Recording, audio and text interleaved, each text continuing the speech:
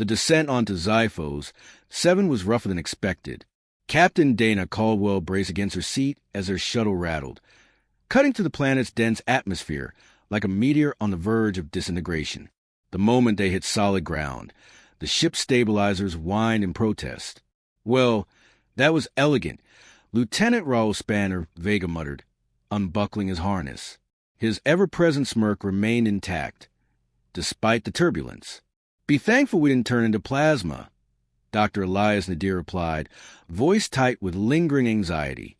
The xenobiologist's knuckles were still white from gripping his console. Xiphos 7's gravity is 1.3 times Earth's. "I told you, we should have landed further from the high-density storm zones." Dana exhaled, releasing the tension in her shoulders. "We didn't come all this way to let a little rough weather scare us. Gear up. We got a planet to tame." Akio Kip Kipling, the team's engineer and self-appointed chef, stood and stretched. "And by tame, you mean not die within the first 24 hours, right?" He cracked his neck, because from what I read, no one else lasted more than a week. He wasn't wrong. Xiphos 7 had a reputation. Every attempt at establishing a research station had ended in catastrophe. Supplies vanished. Signals cut out. The few survivors who made it off-world had one thing in common. They refused to talk about what they saw. Dana checked her wrist display, bringing up a holographic layout of their planned outpost zone. "We're the first humans to try, and we're going to succeed because we're not like the others." Spanner scoffed. "Right. We're just more stubborn than whatever turned this planet into a ghost story." Elias sighed, rubbing his temples. "It's not stubbornness. It's recklessness wrapped in optimism, which I might add is a very human trait." Kip grinned, "and our most endearing quality." Dana cut through the banner with a sharp look. "All right, listen up. Priority 1, securing our perimeter. Priority 2, assessing local threats. Priority 3, not dying. Let's move." The moment the ramp lowered, Xiphos 7 greeted them with a suffocating silence. No wind, no insect hum. The jungle ahead, dense, dark, and predatory, loomed like a waiting maw. Spanner stepped forward, weapon raised. Not creepy at all. Elias adjusted his scanner. "The biosphere here is complex. Everything evolved to hunt, hide, or kill efficiently, but we already knew that." Dana activated her HUD. "Then let's not give the locals any reason to put us on the menu." They moved with trained precision, establishing a makeshift command point near the landing site. Kip set up power relays, while Elias analyzed soil samples. Spanner, ever the survivalist, planted motion sensors along the perimeter. An hour in, Elias frowned at his readings. "I don't like this." Dana glanced over. "What's wrong?" "The usual predator-prey balance is off." He adjusted his scanner. "I expected signs of territorial creatures, smaller carnivores. Something. But I'm detecting only one dominant biosignature. Everything else is either underground, in hibernation, or gone." Kip glanced up. "You mean the planet has only one apex predator?" Elias hesitated before answering. "No, I mean, the planet has been claimed by one." As if to confirm his words, the jungle exhaled. A low, resonant growl rippled through the trees. Not a single source. A chorus. Spanner instinctively raised his rifle. I don't like the sound of that." The first vortex emerged from the shadows like a nightmare-made flesh. 6 meters long. Quadrupedal with retractable foreclaws. Armor-plated skin with iridescent bioluminescence. Its elongated skull bore rows of serrated teeth, dripping with viscous saliva. Its yellow eyes, intelligent and malevolent, locked onto them. Then a second one stepped out. A third. Dana's pulse spiked. "Everyone fall back now." Spanner didn't need to be told twice. He fired the first shot, a high-energy pulse that barely scorched the Vortex's armored hide. The creature didn't flinch. Instead, it launched forward. "Run." Dana barked, firing at its legs to slow it down. The beast dodged with unnatural agility. Kip was already sprinting. "So, fun fact. We are not the top of the food chain here."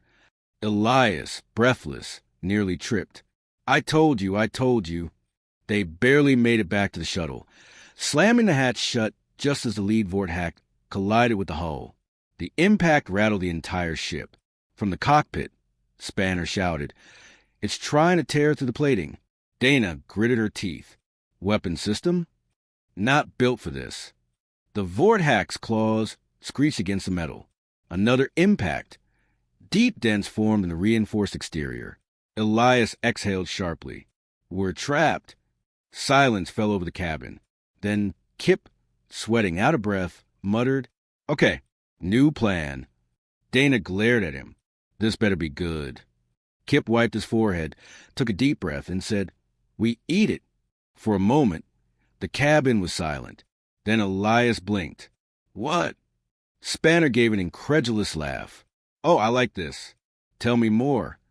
Kip gestured wildly. "Look, every apex predator on Earth, somebody figured out how to cook it. Crocodiles, sharks, even piranhas. We turn them into gourmet meals. Maybe we do the same here." Dana crossed her arms. "You're suggesting we kill the thing trying to kill us and serve it for dinner?" Kip shrugged. "Work for our ancestors. Hell, it might even taste good." Elias ran a hand down his face. "We are so dead." Dana, however, was considering it, because if humans were good at anything, it was turning problems into solutions. And if that solution involved eating the most terrifying thing on the planet, well, so be it. Silence lingered in the cabin of the battered shuttle. Outside, the vortex prowled, its heavy footsteps reverberating through the metal plating. Predatory patience. It wasn't leaving. It was waiting for them to make a mistake. Inside, Kip sat cross-legged on a supply crate, arms folded, his face twisted in contemplation. "So," he mused, "we agree the eating it plan is still on the table, right?" Elias shot him a look of pure academic agony. "We are trapped in a tin can, being actively hunted by an apex predator capable of tanking directed energy blasts. And your solution is gastronomy?" Spanner grinned. "Not gonna lie, I'm into it." Dana, arms crossed, remained silent for a long moment. Finally, she turned to Elias. "Let's be rational here. What do we actually know about the vortex?" Elias sighed, pinching the bridge of his nose. He pulled up his holo tablet and scrolled through data he compiled. "We know it's fast, strong, and nearly impossible to kill. Its exoskeletal armor has a regenerative property, making conventional damage non-lethal over time." He exhaled, exasperated. "Which means even if we did manage to down one, its corpse would repair itself unless we find a way to disrupt that process." Kip perked up. "Wait, so technically it's regenerating itself as food?" Elias groaned. "For the last time, we are not." Ignoring new solutions, Dana cut in, eyes sharp. "Think outside the box, Doctor. If its biology is constantly replenishing itself, that means there's a metabolic function driving it. If we disrupt that, we neutralize the problem." Elias hesitated. "I suppose if we could interrupt the regenerative process at the molecular level." Kip snapped his fingers. "By digesting it." Spanner barked out a laugh. "Damn, I love being human." Elias groaned. "You're all insane." Dana ignored him. "Elias, do we have anything in our chemical stores that could act as an inhibitor? Something that could counteract the regeneration process?" Elias frowned, scrolling through his tablet again. "Well, some species have regeneration limits based on mineral deficiencies. If the vortex has a biochemical dependency on certain compounds, removing or altering them can make its tissues inert after death." Kip snapped his fingers again. "Right, so what's its body made of?" Elias hesitated before answering. "From what I can analyze, its exoskeleton is heavily infused with chitin-based proteins and a high concentration of exotic amino acids, not unlike crustaceans." Silence. Then Kip beamed. "So," he said slowly, "what you're saying is it's basically a giant murder lobster?" Dana felt a slow grin form. Elias, utterly defeated, buried his face in his hands. Testing the theory. The first step was baiting a juvenile vortex. They didn't need to fight an adult. Not yet. They just needed something small enough to kill and examine. Spanner set the trap, a hastily rigged electric snare made from scavenged conduits and spare battery cells. They placed it just outside the shuttle's perimeter, with a flashing distress beacon as bait. They didn't have to wait long. A smaller Vorthack, only about 3 meters long, emerged in the jungle, drawn by the flickering light.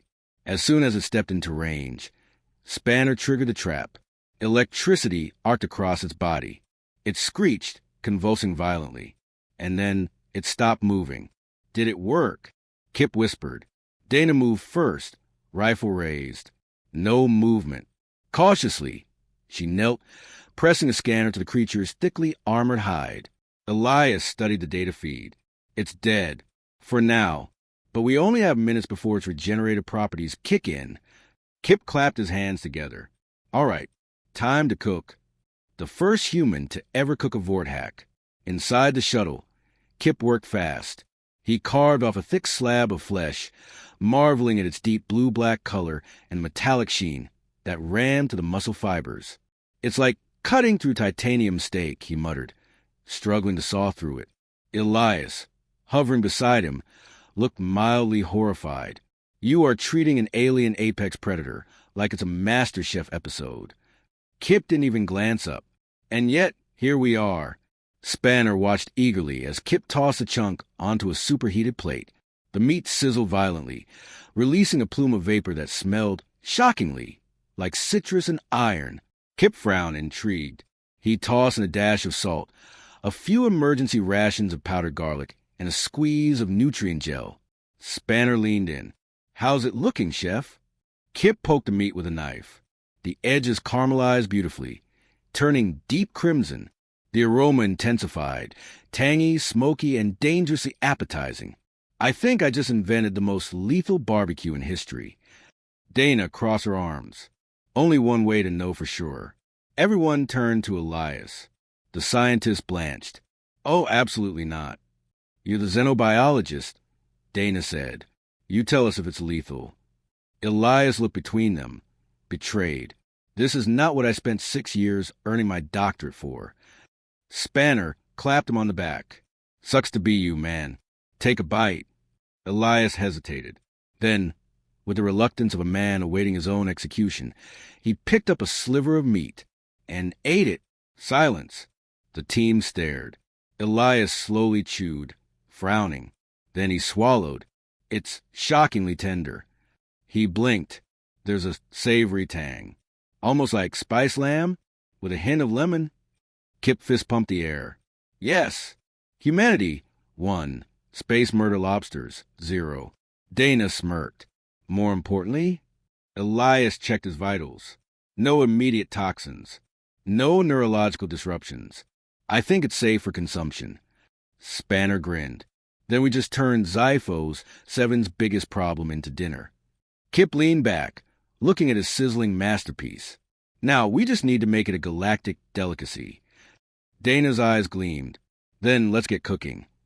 The first batch of Vorthack steak was a triumph. The second batch, a declaration of war.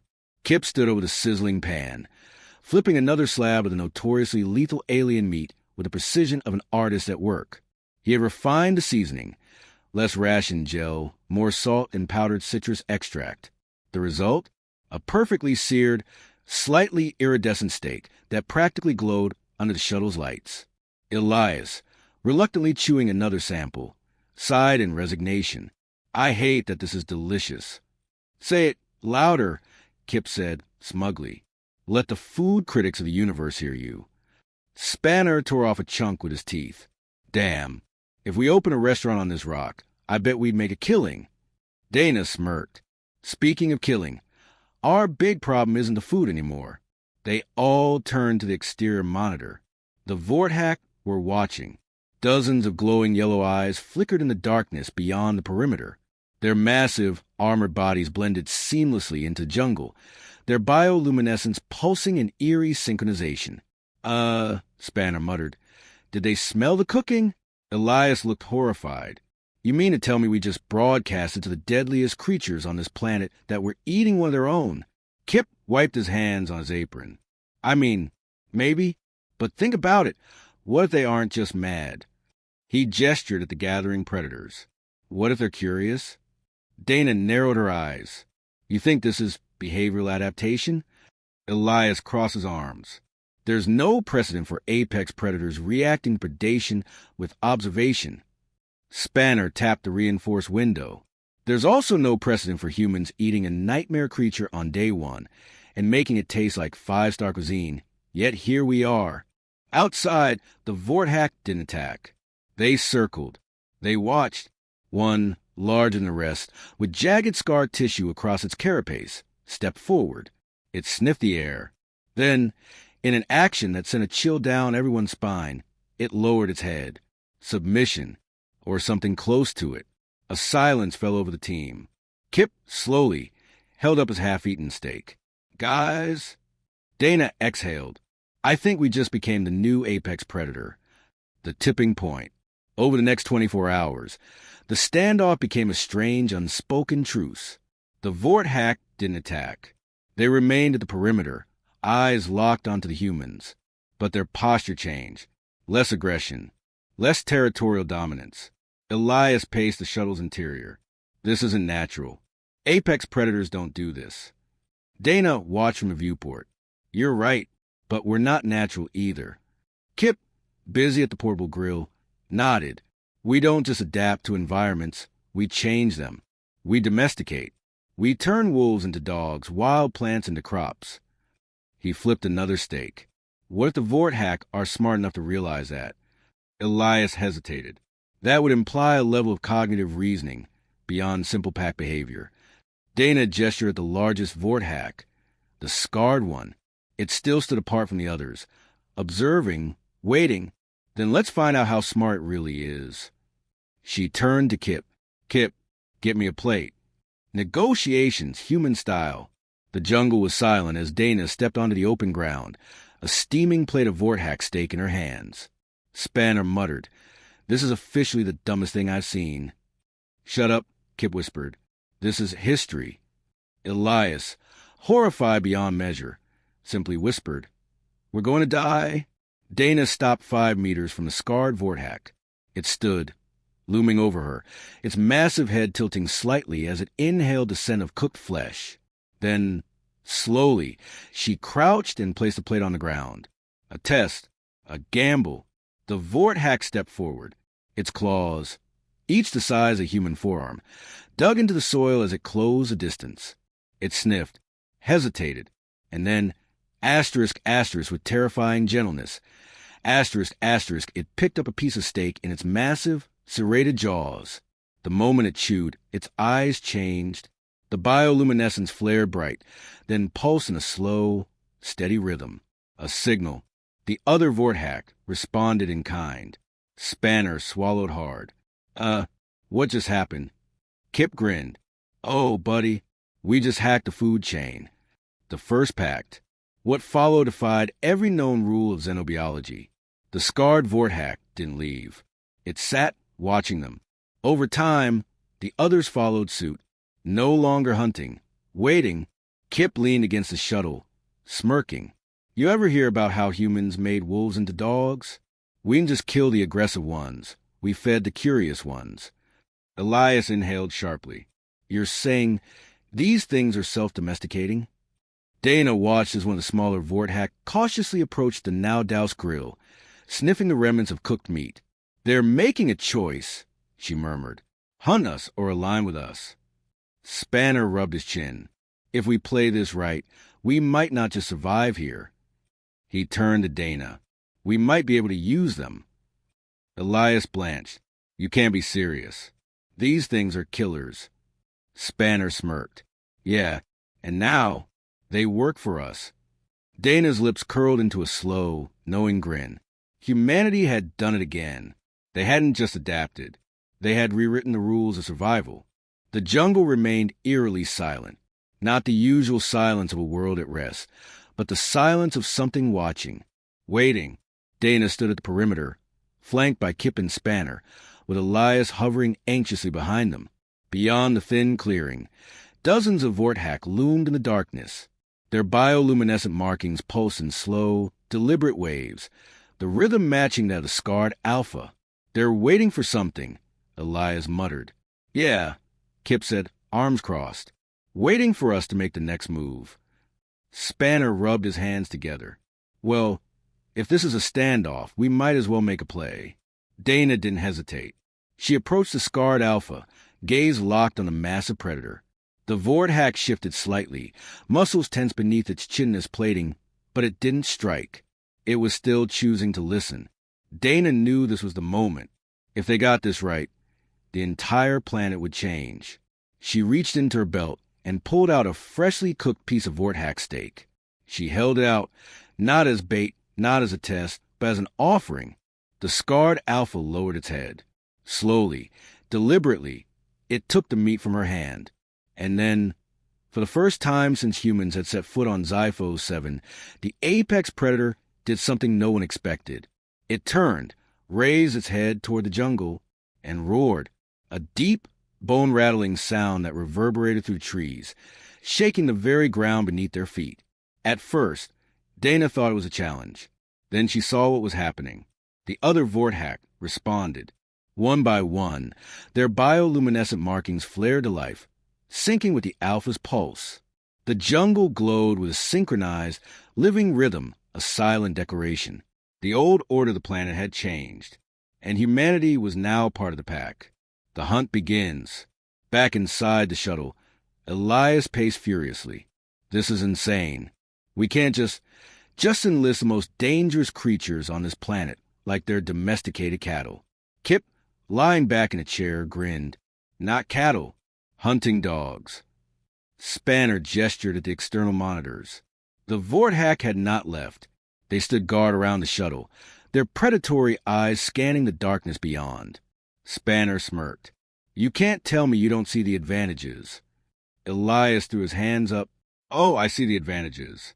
I also see the terrible, catastrophic consequences when we inevitably push this too far." Dana, standing by the viewport, spoke the first time. "Elias, we don't have a choice." Elias turned, frustrated. "There's always a choice, Dana." "No," she said, voice steady. "There isn't." She gestured to the supply logs on the monitor. "Food stores? Low. Weapons? Ineffective. Communications? Still fried from the landing. We can't last out here, not alone."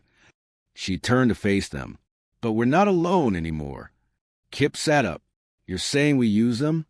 Dana nodded. "I'm saying we work with them. They're smart. Smarter than we gave them credit for. If we can prove ourselves as partners instead of prey, we don't just survive this planet, we master it." Spanner grinned.